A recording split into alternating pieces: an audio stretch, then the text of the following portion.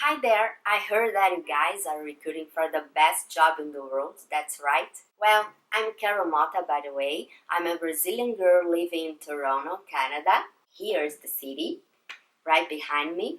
It's a big city, great city, I love it.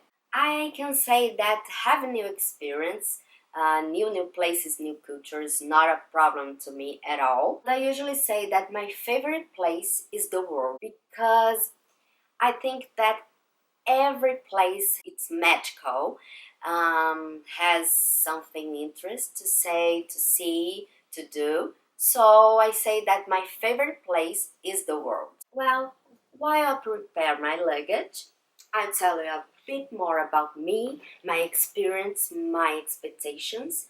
um, well, I love photography, not to mention travel. In Brazil, I had a blog where I talk about decoration and architecture since I'm graduated on it.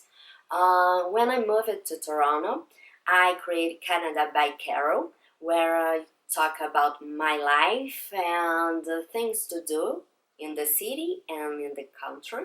And that's it. I love it, and my luggage it's done.